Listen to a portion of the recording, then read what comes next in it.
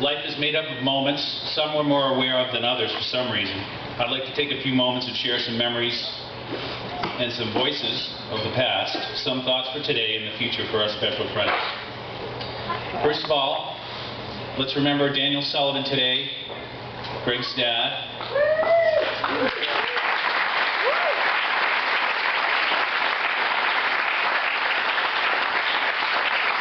Remember that thing you had in your bathroom when you were in Nashua? Yeah, no, where is this going, right? But the little thing that you had on the wall that talked about integrity and, that sounded like something your dad would have written. But every time I went in there, believe it or not, I stood for a moment and just read it. I said, man, that was pretty cool. Pretty cool sentiment. But basically, talking about, I had the name before I gave it to you. It's up to you, basically, to carry it on.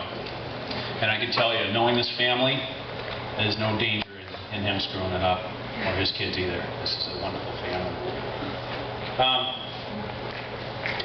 I feel Mr. Sullivan's here with us today. I don't know how he could not be. He's a special guy. I met Greg at Northeastern University in the fall of '77 at one of our first business classes. We just hit it off. Over the last 32 years, almost, we've had some moments, haven't we? Then I met these knuckleheads over here, Tommy, Dana, Bruce, and Munch, who introduced us to Bob, Notre Dame, not Northeastern, but that's okay. We let him hang around with us. Oh yeah, okay. We'll get. We've made some wonderful memories, seemingly endless silliness and frivolity. Ah yes, Dennisport, the Sandcastle on Glendon Road, the G Street Band, believe it or not. The bars and the girls we chased and invited back to the house to see the band play. Yes, the band played, but the girls, they never came. So, hey Bugs, what do you think so far?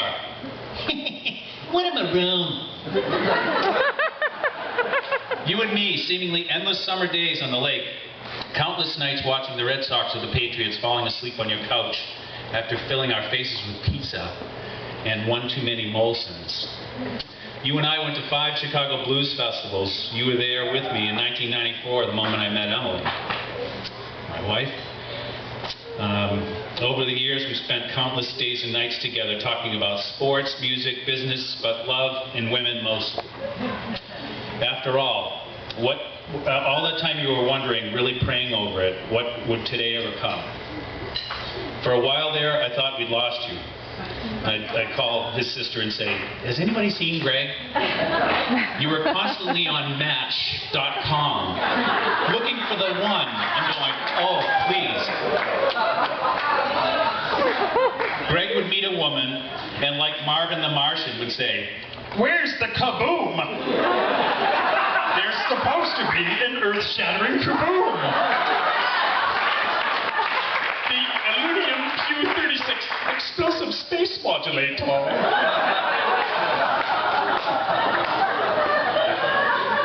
Foghorn Leghorn would say, it's been a marathon, boy. Yep, 15 of them to be exact. Go Dana-Farber.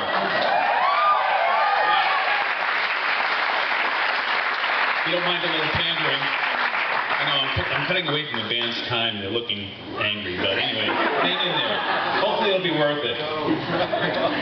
Abraham Lincoln once said, and I'm gonna improvise because I don't know what Abraham Lincoln. Does anybody else? So I'm gonna do my best guesstimate of what Abraham Lincoln would have sounded like. A woman is the best thing that I'm afraid of, that I know will not hurt me. Sean Connery, thank you. And another guy, William Shakespeare. I'm gonna just say maybe Richard Burton. I don't know. The world must be peopled. When I said I would die a bachelor, I did not think I should live till I were married. He met her once, and he knew something was very special about her. Then sometime later, they came together again, about 14 months ago, in fact. At the end of the night, he told her he'd really like to see her again. And then came the moment. They traded those $1 million smiles, and along with the simple squeeze of his hand, came the 3 most lovely words he'd ever heard. I'd like that. It was over. Oh, he'll tell you it was 3 months later, but I know Greg.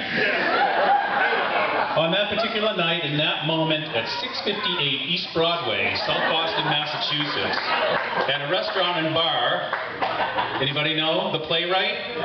It was cinched. Mother! They played it out, you know, dated, just to see, and then suddenly a voice from the past. Settle down, you. The late Irish poet and senator, William Butler Yeats. I think a man and a woman should choose each other for life, for the simple reason that a long life with all its accidents is barely enough time for a man and woman to understand each other. And to understand is to love. Anyone who's been married a while will tell you that marriage requires compromise. So Greg, repeat after me. I'm sorry.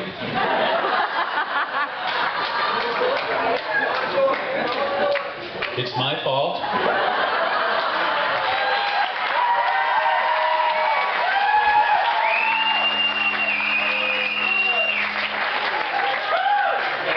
And honey, you're right.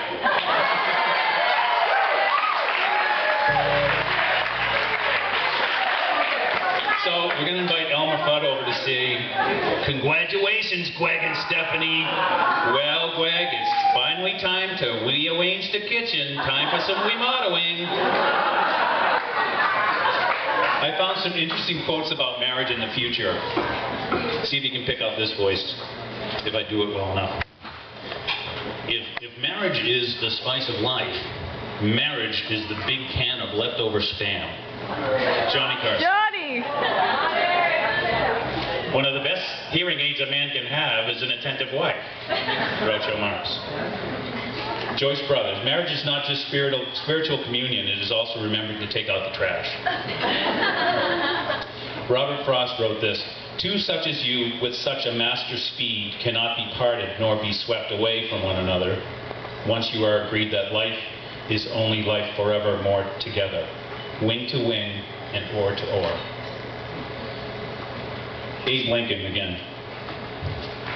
"The best thing about the future is that it comes one day at a time."